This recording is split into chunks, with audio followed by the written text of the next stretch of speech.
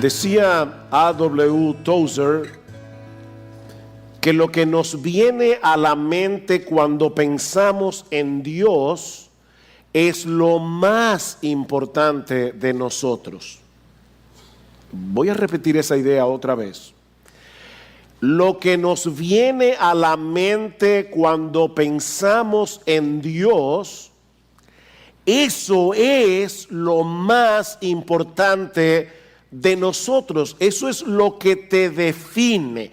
No lo que piensas acerca de ti, sino lo que piensas acerca de Él. Porque ese pensamiento acerca de Dios determina todo lo demás.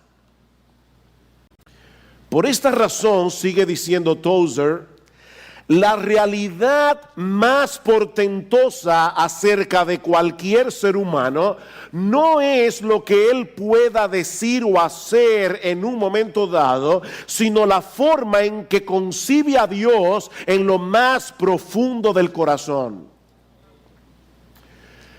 Y lo que decimos de nosotros como individuos, podemos decirlo de nosotros como iglesia. Lo más revelador acerca de la iglesia, dice Tozer más adelante, será siempre su idea de Dios, así como su mensaje más significativo. Escuchen esto, es lo que nosotros digamos sobre Él o lo que dejemos sin decir. Porque con frecuencia nuestro silencio es más elocuente que nuestras palabras. Lo que decimos o dejamos sin decir sobre Dios. Mis hermanos, cuando nosotros empequeñecemos a Dios, cuando nosotros trivializamos a Dios en nuestras mentes, las cosas que realmente importan en la vida son trivializadas también y nos convertimos en personas superficiales, nos convertimos en personas mediocres. Yo creo de verdad que ese es el gran problema de muchos creyentes y de muchas iglesias en el día de hoy, que no tenemos una idea lo suficientemente elevada de quién es Dios. Y consecuentemente no somos dominados por una pasión por Él que arrastre todo lo demás a un plano muy secundario. Y cuando digo todo lo demás, me refiero a todo lo demás. Tenemos una distorsión, mis hermanos, en nuestras listas, en nuestra lista de prioridades. Es por eso que tú y yo necesitamos pasar por una experiencia similar a la que se describe en el capítulo 6 del libro de Isaías que leímos hace un momento. Nosotros necesitamos experimentar el trauma de ver a Dios. Necesitamos una experiencia traumática. Y yo les ruego a Dios que envíe su Espíritu Santo en esta mañana. Y que no haya un miembro de Iglesia Bíblica del Señor Jesucristo que no experimente ese trauma hoy. A Isaías le tocó ministrar durante un tiempo muy difícil. A veces nosotros pensamos, pastores, que si viviéramos en otra época. Pero esta época tiene tantas cosas que nos distraen.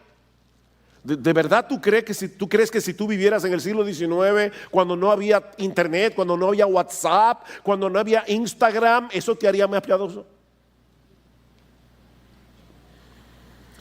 En el tiempo de Isaías había mucha decadencia moral, mucha decadencia política, mucha decadencia religiosa en el reino de Judá, que fue donde ministró Isaías. Los gobernantes eran muy corruptos, el pueblo era muy idólatras, los ricos eran unos explotadores y la cultura del entretenimiento se había expandido como un cáncer en la sociedad. Vayan conmigo a Isaías capítulo 5, capítulo antes de nuestro texto. Lean el versículo 8. Ay de los que juntáis casa con casa y añadís campo a campo hasta que no queda sitio alguno para habitar vosotros solos en medio de la tierra. Había un materialismo rampante. Versículo 11. Ay de los que se levantan muy temprano, muy de mañana para ir tras la bebida, de los que trasnochan para que el vino los encienda. Versículo 18. Ay de los que arrastran la iniquidad con cuerdas de falsedad y el pecado como coyundas de carretas. Los que dicen que se dé prisa, que se apresure su obra para que la veamos. ¿Dónde está el Señor? Que se acerque y venga el propósito del Santo de Israel para que lo sepamos. Ay de los que llaman al mal bien y al bien mal. ¿Les suena parecido eso? Que tienen las tinieblas por luz y la luz por las tinieblas, que tienen lo amargo por dulce y lo dulce por amargo. Ay de los sabios en sus propios ojos e inteligentes para sí mismos. Ay de los héroes para beber vino y valientes para mezclar bebidas, que justifican al impío por soborno y quitan al justo su derecho. No hay nada nuevo debajo del sol. Lo único que parecía darle cierta estabilidad a la nación era el rey Usías. Un líder político y militar muy capaz, que llevó al pueblo de Israel, al reino de Judá, a su esplendor mayor en aquellos días. Usías reinó 52 años en Judá. 52 años, lo que Fidel estuvo en Cuba más o menos. Lamentablemente dicen, segunda de Crónicas, capítulo 26, versículo 16, que al final de sus días, cuando llegó a ser fuerte, su corazón se hizo tan orgulloso que obró corruptamente y fue infiel al Señor su Dios, pues entró al templo del Señor para quemar incienso sobre el altar del incensario. Algo que un rey no debía hacer, solamente los sacerdotes. Y cuando los sacerdotes trataron de impedirlo, el rey Usías se llenó de ira y ahí mismo en el templo Dios lo castigó con lepra y murió. El rey que había traído algo de estabilidad a la nación, después de 52 años, desaparecía del escenario político como un arrogante cubierto de vergüenza. Y ese fue el año en que Isaías tuvo la visión que marcó el inicio de su ministerio. Noten el versículo 1 del capítulo 6. En el año de la muerte del rey Usías, vi yo al Señor. En el año de la muerte del rey.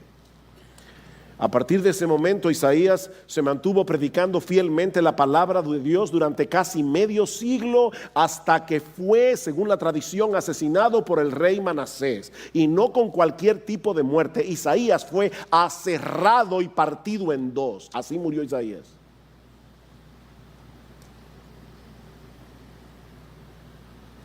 Mis hermanos, ¿qué es lo que se requiere para tener tal pasión por Dios que le permita a un ser humano común y corriente, como tú y como yo, predicar con fidelidad la palabra por casi 50 años en medio de tanta apostasía y corrupción moral? ¿Qué es lo que se requiere para que personas como tú y como yo seamos librados de las trivialidades de este mundo y vengamos a ser hombres y mujeres apasionados por Dios y por su reino? Yo creo que este pasaje tiene la respuesta para esa pregunta. En primer lugar, mis hermanos, nosotros necesitamos una visión más elevada de la santidad y la soberanía de Dios. Nosotros necesitamos una visión más elevada de la santidad y de la soberanía de Dios. En el año de la muerte del rey Usías, vi yo al Señor sentado sobre un trono alto y sublime, y la orla de su manto llenaba el templo. Por encima de él había serafines, cada uno tenía 6 alas, con 2 cubrían sus rostros, con 2 cubrían sus pies y con 2 volaban. Y el uno al otro daba voces diciendo: Santo, santo, santo es el Señor Señor de los ejércitos, llena está toda la tierra de su gloria. Y se estremecieron los cimientos de los umbrales a la voz del que clamaba, y la casa se llenó de humo. Cada uno de los detalles de esta visión tiene la intención evidente de hacerle ver a Isaías la suprema exaltación de Dios como el Rey soberano de todo lo creado. Él está sentado sobre un trono alto y sublime, por encima de todos los tronos de este mundo. Y la orla de su manto, literalmente en el texto hebreo, lo que dice es el dobladillo de sus ropas reales. El ruedo de la ropa de Dios llenaba el templo. Wow. El ruedo, el dobladillo del manto real de Dios llenaba el templo. Cuando Isabel II fue coronada como reina de Gran Bretaña en el año 1953, la cola de su vestido estaba hecha de terciopelo y armiño y medía 36 pies de largo. Era tan pesada que se necesitaron 6 damas para cargar la cola del vestido. Pero Isaías nos dice aquí que el ruedo de la ropa imperial del Señor era tan abundante que llenaba todo el templo. Y por supuesto, hermanos, este es un lenguaje apocalíptico, es una visión que es imposible de visualizar con nuestra imaginación. Lo que se pretende aquí con esta descripción no es que tú y yo podamos visualizar lo que Isaías vio, es que podamos entender que ningún monarca terrenal, por poderoso que sea, puede compararse siquiera con la realeza, el esplendor y la majestad de nuestro Dios. Él es infinitamente glorioso, Él es infinitamente esplendoroso, Él es infinitamente poderoso. Dios quiere que nosotros entendamos que la estabilidad del universo depende del hecho de que Él está sentado en ese trono alto y sublime. Los reyes terrenales vienen y van como el rey Usías, pero nuestro Dios sigue siendo soberano y Él mantiene bajo control desde las estrellas más inmensas de todas las galaxias hasta los virus y bacterias que no se pueden ver a simple vista.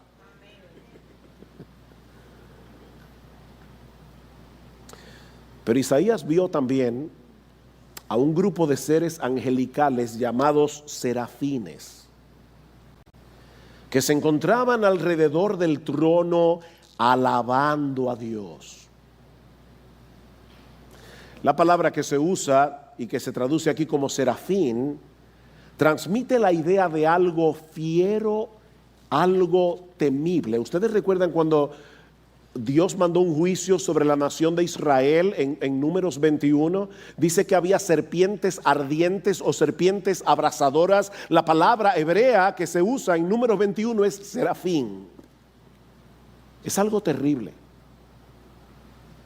Probablemente los serafines sean las criaturas más poderosas y majestuosas que Dios haya hecho, porque son las que están más cerca del trono de Dios. Y sin embargo, aún ellos deben cubrir su rostro en la presencia de Dios en señal de reverencia. Es obvio que los serafines no tienen una imagen trivializada de Dios.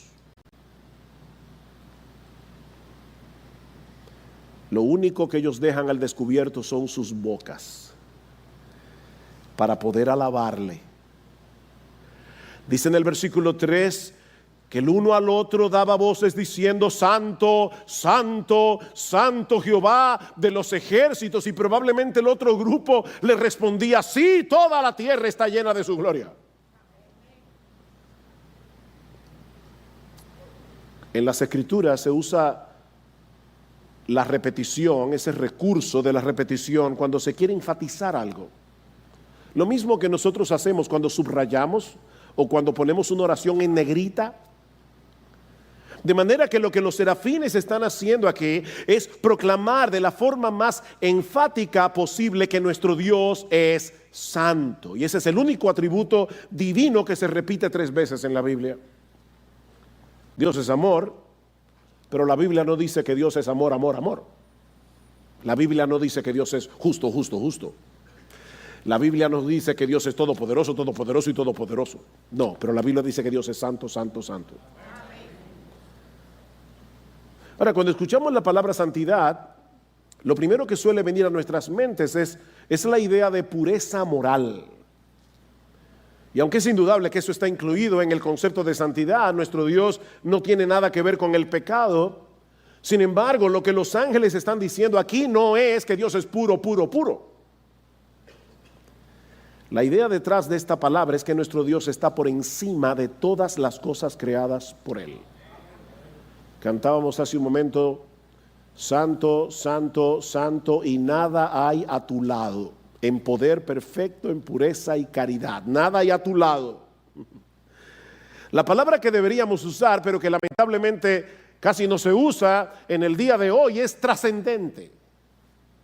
Trascendente, lo que está más allá.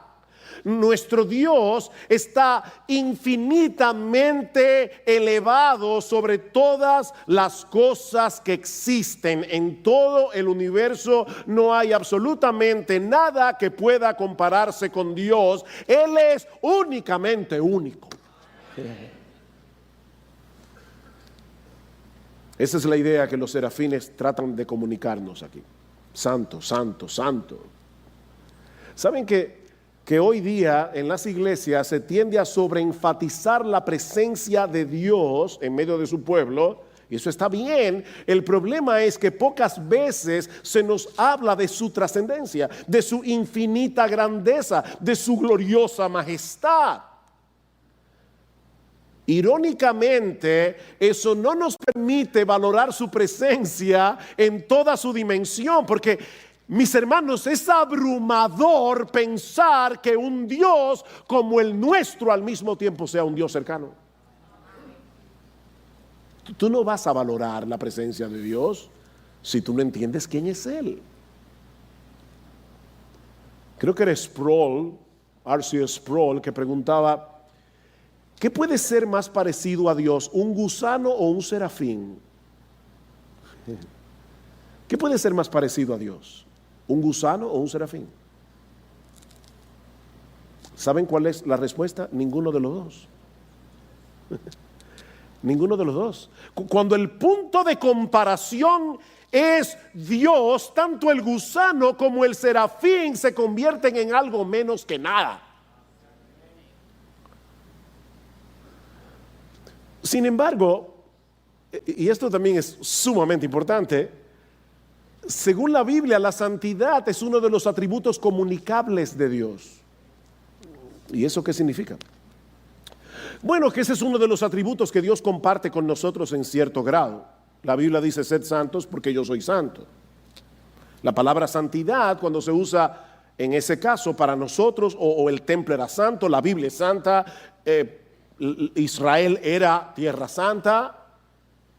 Cuando se usa en ese sentido, lo que quiere decir es que nosotros hemos sido apartados para el uso exclusivo de Dios. De manera que la idea que se quiere comunicar al decir que los creyentes debemos ser santos es que nosotros fuimos comprados por Dios para ser exclusivamente suyos. Dios posee otros atributos que los teólogos han denominado incomunicables porque son exclusivos de Dios. Él es omnisciente, Él lo sabe todo, Él es inmutable, Él nunca cambia, Él es infinito, Él es eterno, Él es todopoderoso.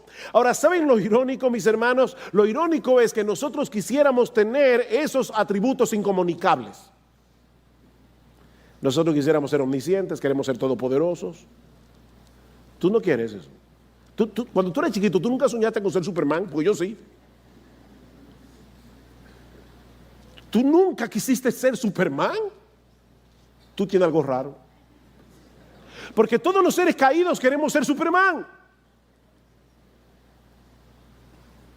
Queremos los atributos incomunicables, pero no queremos imitar a Dios en los comunicables. Él es amor, bondad, santo. No trates de ser Dios. Conténtate con contemplar su hermosura con admiración, tanto en su palabra como en todo lo creado. Dicen los serafines que ese Dios 3 veces santo ha llenado la tierra de su gloria. ¿Sabes lo que eso significa? Lo que eso significa es que si nosotros no estuviéramos infectados con el secularismo y el naturalismo de nuestra generación, donde quiera que nosotros posáramos nuestros ojos, veríamos suficientes evidencias de la gloria, el poder, la majestad, la no sé si se puede decir excelsación de Dios, que nos postraríamos en adoración delante de Él. La tierra está llena de su gloria, pero estamos infectados.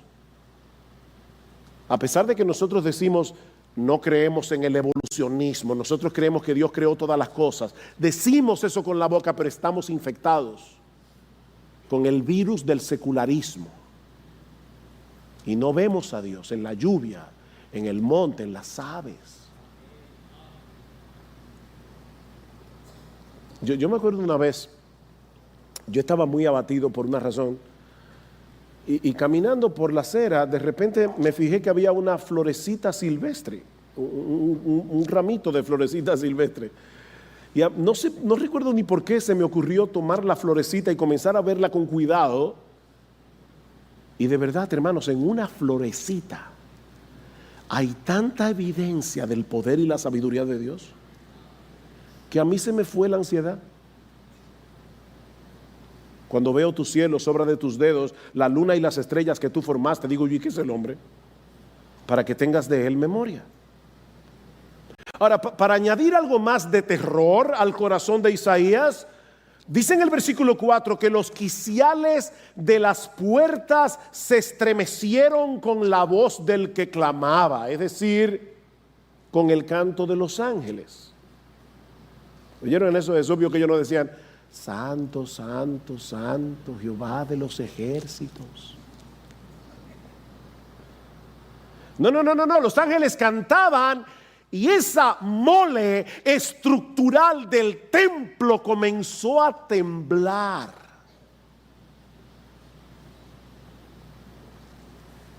Y por si todo eso fuera poco, la casa entera se llenó de humo.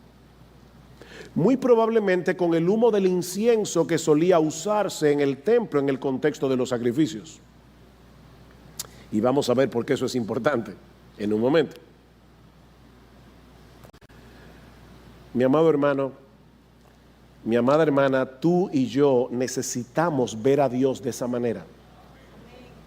Glorioso, trascendente, soberano, excelso, majestuoso, muy por encima de toda su creación. Esto es lo que yo he llamado una visión antitrivialidad. ¿Ustedes creen que después que Isaías tuvo esa visión, cuando salió del templo, se miró en un espejo y dijo, yo como que tengo algunas libras de más? O qué raro, cuando fui al templo fulano no me saludó. ¿De verdad? ¿Ustedes creen que Isaías salió del templo pensando en esas boberías? Esta es una visión antitrivialidad. Pero no solamente necesitamos tener esa visión elevada de la santidad y de la soberanía de Dios. Tú y yo necesitamos ver la fealdad de nuestro pecado en su justa dimensión. Versículo 5. Entonces dije, ¡ay de mí! Y no es que yo quiero vocear por vocear, es que yo no creo que él dijo, ¡ay! ¡Ups! No.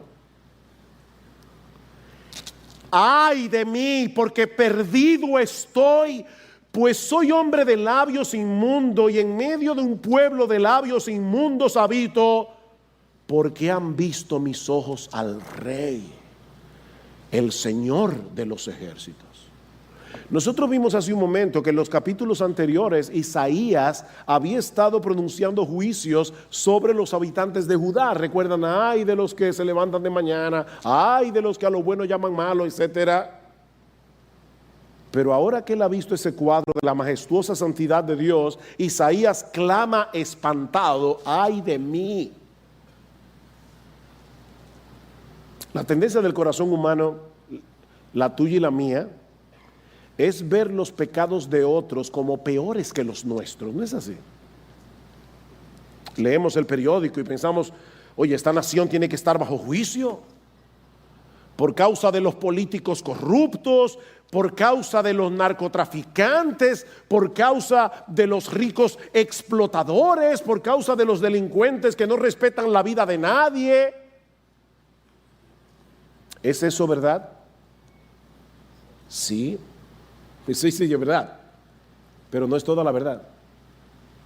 No es toda la verdad. Cuando Isaías vio la gloria de Dios, lo primero que le saltó a la cara fue su propio pecado. Ese es el resultado de entrar en contacto con el Dios vivo y verdadero. Isaías se sintió deshecho, esa es la palabra hebrea, deshecho. No porque percibió su pequeñez ante la grandeza de Dios, sino porque percibió su iniquidad al estar en la presencia de un Dios 3 veces santo. Dice Habacuc que nuestro Dios es muy limpio de ojos para ver el mal. En otras palabras, su santidad y su justicia le impiden ver el pecado con indiferencia. Ahora, ¿cuáles pecados? Lo que tú y yo tenemos en la lista de pecados groseros, los pecados impublicables. Escucha lo que dice Proverbios capítulo 6, versículo 16. Hay 6 cosas que odia el Señor. Sí hay cosas que el Señor odia. Y 7 son abominación para Él. ¿Saben cuáles son algunas de las cosas que Dios odia? Los ojos soberbios, la lengua mentirosa, y no clasifique mentira blanca, mentira morada, no, la lengua mentirosa, un testigo falso que dice mentiras, e incluso el que siembra discordia entre hermanos. Dios odia a los chismosos que hablan a espaldas de otro lo que deberían hablar con esa persona directamente, pero no lo hacen porque son unos cobardes y son unos chismosos y siembran discordia en la iglesia. Esas cosas no nos parecen tan malas en comparación con otros pecados más groseros, y sin embargo la Biblia dice que son infinitamente detestables a los ojos de Dios. Es por eso que Isaías se siente aterrado. Yo soy un hombre inmundo de labios, yo, no mi vecino, yo. Y habito en medio de un pueblo que tiene labios inmundos. ¿Ustedes recuerdan cómo murió el rey Usías? Murió lleno de lepra. Y la palabra que se usa aquí es la que los leprosos debían pronunciar en voz alta, para que la gente supieran que ellos tenían esa enfermedad, para que se alejaran de ellos, dice en Levítico capítulo 13, versículo 45. Ellos debían gritar: inmundo, inmundo. Mis hermanos, en ese momento Isaías se vio a sí mismo como un leproso moral. Tú te ves así a ti mismo, como un leproso moral. O tú eres de los que vas por el mundo enjuiciando a todas las personas menos a ti mismo, como si tú fueras superior.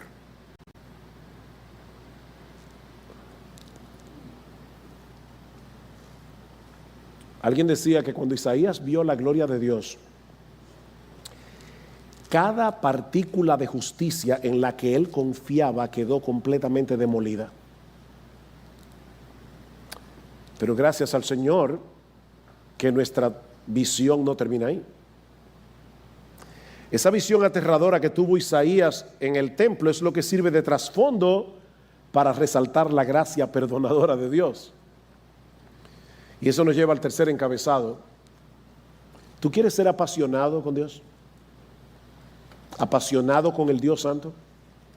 Tú necesitas abrazar el perdón que Dios otorga de pura gracia. Versículo 6.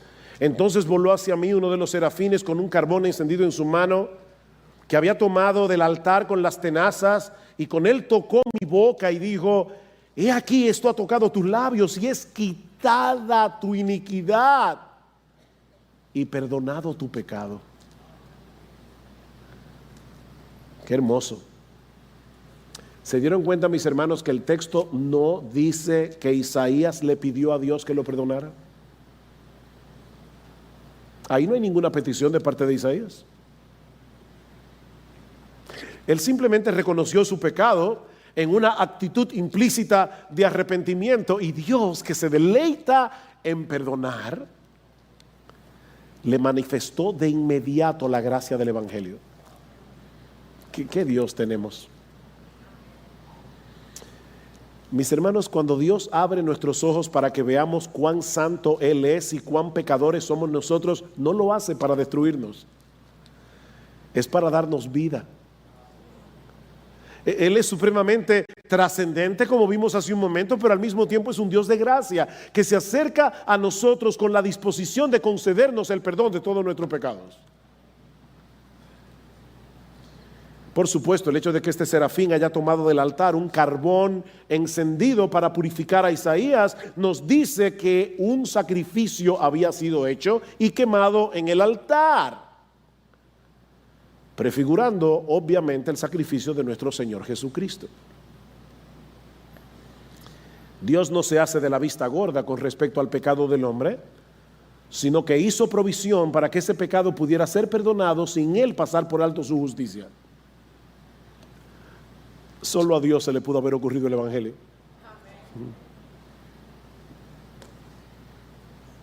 Dios no vino a Isaías preocupado por su autoestima.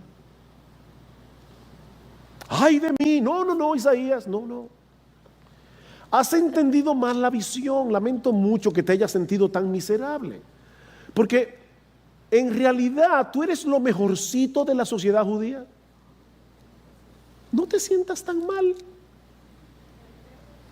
No, a Dios no le preocupaba la autoestima de Isaías. Dice Jerry Bridges: la buena noticia del Evangelio no es que nosotros no somos tan malos. La buena noticia es que Dios, a través de Cristo, ya trató con lo malo que somos. No es que tú no eres tan malo, tú eres peor de lo que tú crees. Y yo también. El Señor no solo perdonó nuestra culpa sobre la base de la justicia de su Hijo, sino que también puso su justicia perfecta en nuestra cuenta por medio de la fe. Imagínate que te has pasado el día entero cavando una zanja en el patio de tu casa. Al final del día estás muy sudado, completamente sucio de pies a cabeza. Pero resulta que esa noche tienes un compromiso con alguien muy importante que te ha invitado a cenar. Pregunta: ¿sería lógico que te pusieras ropa limpia sin haberte bañado primero? No. Ok, ¿y qué tal si te das una ducha y luego te pones la ropa con la que tuviste acabando todo el día? No, las dos cosas son ridículas. Tú necesitas una ducha y necesitas ropa limpia. Y eso fue lo que Dios nos proveyó. Dios nos lavó con la sangre preciosa de Jesucristo, pero no nos dejó así. Nos vistió con la ropa de gala de la justicia perfecta de nuestro Señor. ¿Y cómo reaccionó Isaías ante la gracia perdonadora de Dios? Déjame personalizar esta pregunta. Mi hermano, ¿cómo deberíamos reaccionar tú y yo ante la extraordinaria noticia del Evangelio de que ese Dios trascendente, sublime, infinitamente majestuoso, perfectamente puro, ha decidido perdonarnos por medio y al precio de la vida de su Hijo? Eso nos lleva de la mano al cuarto elemento de este pasaje. necesitamos asumir el privilegio del servicio. Noten que no dije que necesitamos servir. No. Yo lo que estoy diciendo es que tú y yo necesitamos asumir el privilegio del servicio. Versículo 8. Y oí la voz del Señor que decía, y aquí tenemos otra vez el misterio de la Santísima Trinidad, Dios en tres personas, bendita Trinidad, cantábamos hace un momento. Oí la voz del Señor que decía, ¿a quién enviaré? Singular. ¿Y quién irá por nosotros? Plural. El Dios singular, que al mismo tiempo es plural, porque es un solo Dios en tres personas, el Padre, el Hijo y el Espíritu Santo. No mezclen las personas. Yo oigo a personas orar y decir, Padre, yo te doy gracias por haber muerto por mí en la cruz. Eso es una herejía que se llama patripasionismo, porque está diciendo que el Padre fue que sufrió la pasión en la cruz del Calvario. No, el Padre no murió en la cruz, el que murió en la cruz fue el Hijo. Así que no le des gracias al Padre por haber muerto en la cruz. Él no murió en la cruz, ni fue el Espíritu Santo, fue el Hijo. Son tres personas, un solo Dios. Así que Dios le permite a Isaías, oigan esto, escuchar una conversación privada entre las tres personas de la Trinidad. ¿A quién enviaré? ¿Y quién irá por nosotros? Ahora, por supuesto, no es que Dios está preocupado. No es que Dios tiene que plantearse este tipo de interrogantes, pero Él desea poner una inquietud en el corazón de Isaías. Hay algo que Él debía hacer, no porque Dios necesitaba que Isaías lo hiciera, sino porque Dios en su gracia y en su bondad quería darle a Isaías el privilegio de que lo hiciera. ¿Ven el punto? Tú necesitas asumir, yo necesito asumir el privilegio del servicio. ¿A quién enviaré? ¿Quién irá por nosotros? Isaías inmediatamente responde, heme aquí, Señor, envíame a mí. Y por favor, no lean este texto como si Isaías hubiera respondido en un tono heroico. ¡Heme aquí! No.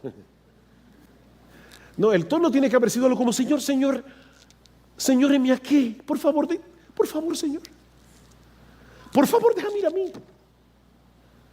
Por favor, Señor. Déjame ser parte de tu obra. ¿Ustedes notaron que ni siquiera preguntó a dónde, ni a hacer qué? ¿A quién enviaré? Perdón, Señor, ¿a dónde?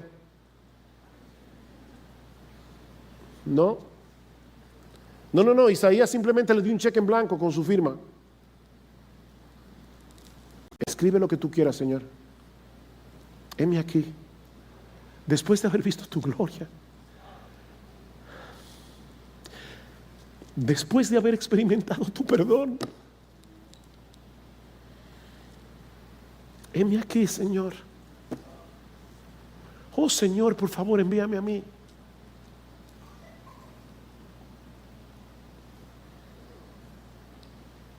¿Qué fue lo que movió a Isaías a mantenerse por 5 décadas haciendo esto que él comenzó a hacer en Isaías 6? Él era un hombre sujeto a pasiones iguales que las nuestras, como dice Santiago de Elías. Isaías tuvo que luchar con los mismos temores que tú y que yo, con las mismas tentaciones. Pero él acaba de experimentar la gracia del Evangelio. Él acaba de experimentar el gozo inefable de saberse perdonado por ese Dios majestuosamente santo que se le reveló en esa visión tan extraordinaria. Mis hermanos, el motor que mueve la vida del creyente hoy es el mismo que movió a Isaías hace siglos atrás. Es el Evangelio. Hace unos años leí un ejercicio interesante basado en ese texto. ¿Qué hubiera pasado Si Isaías hubiese escuchado el llamado de Dios antes de tener la visión de su santidad, probablemente se habría sentido tentado a pensar que él era la persona idónea para ser el portavoz de Dios. Por supuesto, Señor, que puedes enviarme a mí. Claro, no dice eso con la boca, es una actitud del corazón. ¿Qué pieza, Señor? ¿Y quién mejor que yo? Piensa, Señor, en los hombres que hay en la iglesia. Mírame a mí. ¿A quién tú vas a enviar? A fulano, que es un carnal.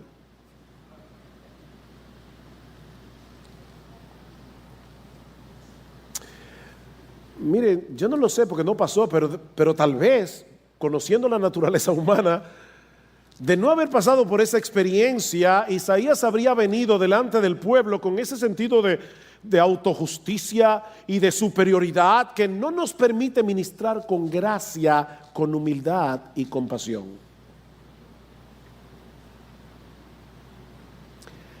Escúchenme, partida de pecadores.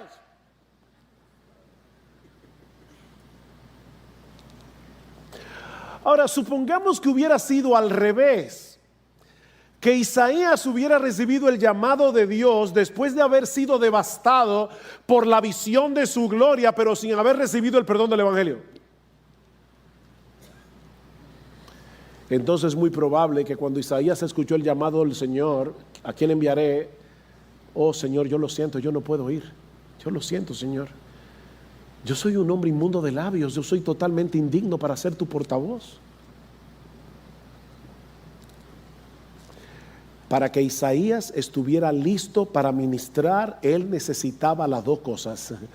Él necesitaba sentir en lo más profundo de su corazón la maldad de su pecado a la luz de la excelsa santidad de Dios, y necesitaba experimentar el perdón revelado en el Evangelio. En otras palabras, Isaías pasó por un proceso en 4 etapas: asombro y temor, culpa, gracia y gratitud.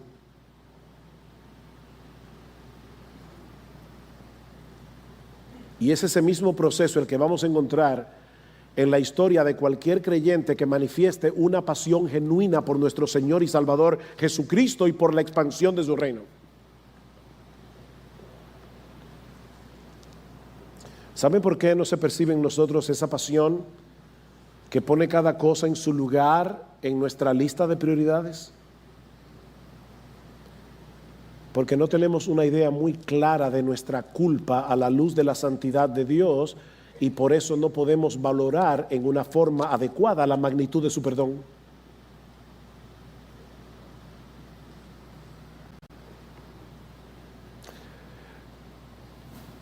Mis hermanos, nosotros no necesitamos tener una visión como la que tuvo Isaías para poder manifestar la disposición que él mostró.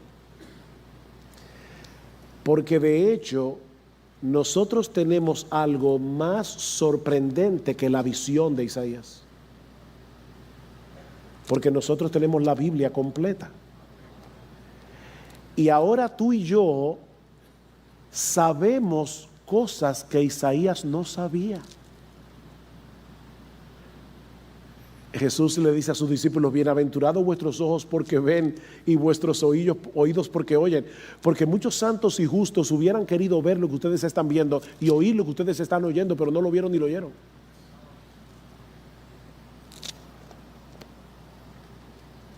Escucha este pasaje en Juan capítulo 12. Y oh Dios, ahora mismo te ruego, Señor, que tu Espíritu Santo venga y aplique este pasaje en nuestro corazón. Juan capítulo 12 dice que el Señor estaba hablando en el templo, Jesús, y dice: estas cosas habló Jesús y se fue y se ocultó de ellos.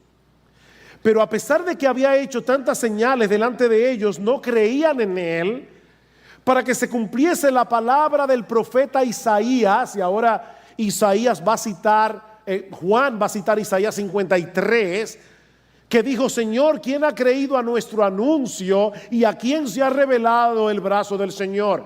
Por esto no podían creer, porque también dijo Isaías, y ahora va a citar el capítulo 6 que estamos estudiando: cegó los ojos de ellos y endureció su corazón, para que no vean con los ojos y entiendan con el corazón y se conviertan y yo los sane.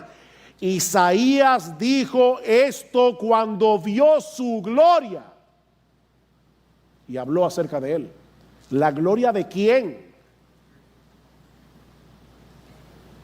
La gloria de Jesús. Mis hermanos, ahora tú y yo sabemos que ese Dios majestuoso que Isaías vio en el templo y a quien los serafines alababan con reverencia y temor, fue el que se hizo hombre para morir en nuestro lugar en la cruz del Calvario.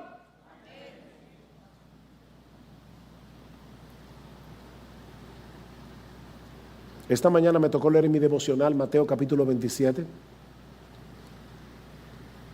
y yo le pedía perdón al Señor, porque decía: Señor, yo voy a predicar de Isaías 6 y ya yo sé que este Jesús que atravesó por todos estos dolores es el Rey de gloria, a quien los serafines alaban en el cielo.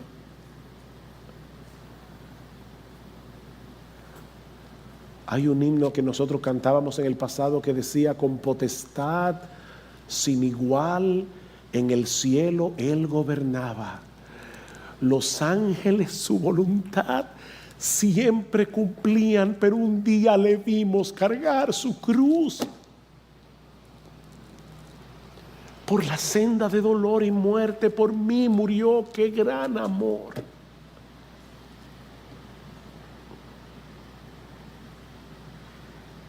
Oh, mis hermanos, es la contemplación de ese costosísimo amor salvador de Dios mostrado en la cruz. Es el combustible que tú y yo necesitamos para tener encendida, para mantener encendida la llama de nuestra pasión por Él. Para que todas nuestras trivialidades sean consumidas por el fuego de su santidad, para que tú y yo podamos decir: Señor, yo no sé cuáles serán las circunstancias por las que yo voy a tener que atravesar en el futuro. Yo no sé cuáles son las cosas en las que tú quieres que yo me involucre para servirte en la expansión de tu reino en medio de tu iglesia, pero de antemano, Señor, te digo: heme aquí, envíame a mí.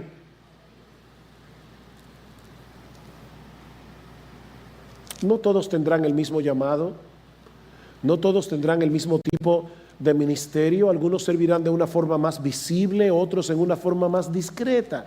Unos lo harán en el marco de algún ministerio formal, otros de manera informal y privada. Yo a veces escucho a personas que dicen: yo no sé qué hacer aquí en la iglesia.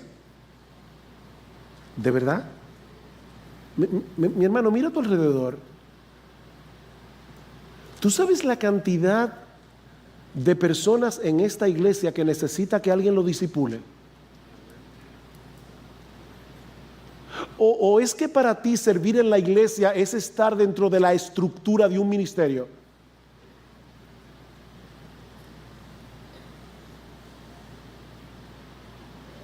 ¿De verdad tú no sabes en qué servir aquí en la iglesia?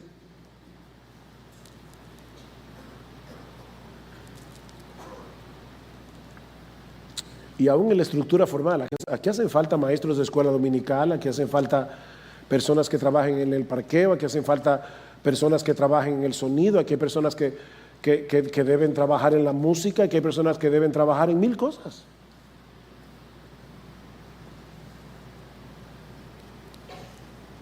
Mira a tu alrededor.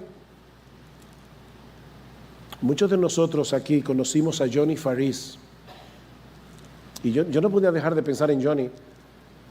y en el servicio que él le hacía a la iglesia de Cristo. Johnny fue una persona que vivió una vida muy depravada hasta que el Señor lo salvó.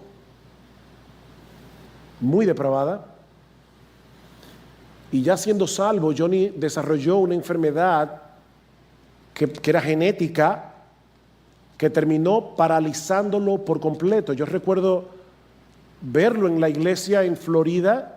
Lo llevaban en una camilla, él no podía hacer absolutamente nada, estaba así cruzado de brazos todo el tiempo. Johnny no se podía mover. ¿Y saben lo que él hizo? Aprendió a manejar una computadora con su voz.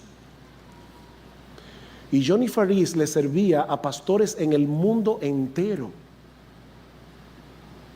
a través de su ministerio, postrado en una cama. Yo no sé cuántas veces yo le mandé una nota a Johnny Faris diciendo: Johnny, por favor, nuestra iglesia va a tener esto, necesitamos que la iglesia de Cristo ore. Y ahí mismo Johnny Faris mandaba una petición de oración al mundo entero, postrado, sin poder moverse. De verdad, mi hermano, mira a tu alrededor, mira a tu alrededor. I reach for stars that were too far, chasing shadows in the dark. Every goal I set, every dream I sought, left me with a lesson dearly bought. The echoes of defeat ring loud, in every failure I'm wrapped in a shroud. But in the silence I'll find my song, learning from the trials that went wrong. The echoes call, the shadows loom, but I'll rise from the empty room. In the echoes of defeat I hear the sound of lessons learned and strength profound. Every effort that fell apart left a mark upon my heart. But through the trials I'll find my way. In the echoes of defeat I'll learn to stay. Though every dream may seem so far, I'll rebuild, I'll find my star.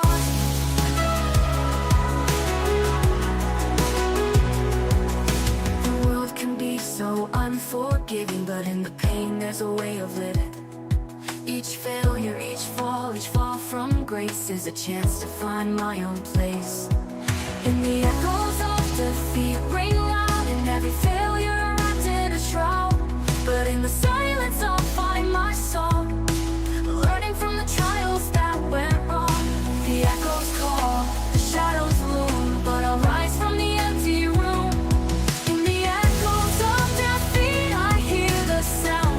Lessons learned and strength profound. Every effort that fell apart left a mark upon my heart. But through the trials I'll find my way. In the echoes of defeat I'll learn to stay. Though every dream may seem so far, I'll rebuild, I'll find my star. The world can be so unforgiving, but in the pain there's a way of living. Each failure, each fall from grace is a chance to find my own place. In the echoes of the night I'll hear the whispers of a future near. No more hiding, no more shame. In the echoes I'll reclaim my name. The echoes call, the shadows loom, but I'll rise from the empty room. In the echoes of defeat I hear the sound of lessons learned and strength profound. Every effort that fell apart left a mark upon my heart. Through the trials I'll find my way. In the echoes of defeat I'll learn to stay. Though every dream may seem so far, I'll rebuild, I'll find my